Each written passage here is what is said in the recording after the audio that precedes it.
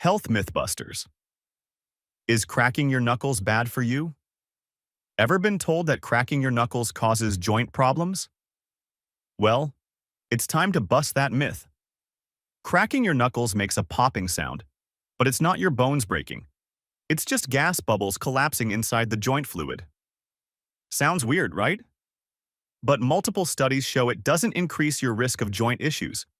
In fact, many long-term studies found no link between knuckle cracking and damage. So, is it bad for you? Not really, but it might annoy the people around you. Crack away, just maybe not during meetings. Busted. Cracking your knuckles is not harmful. Subscribe for more.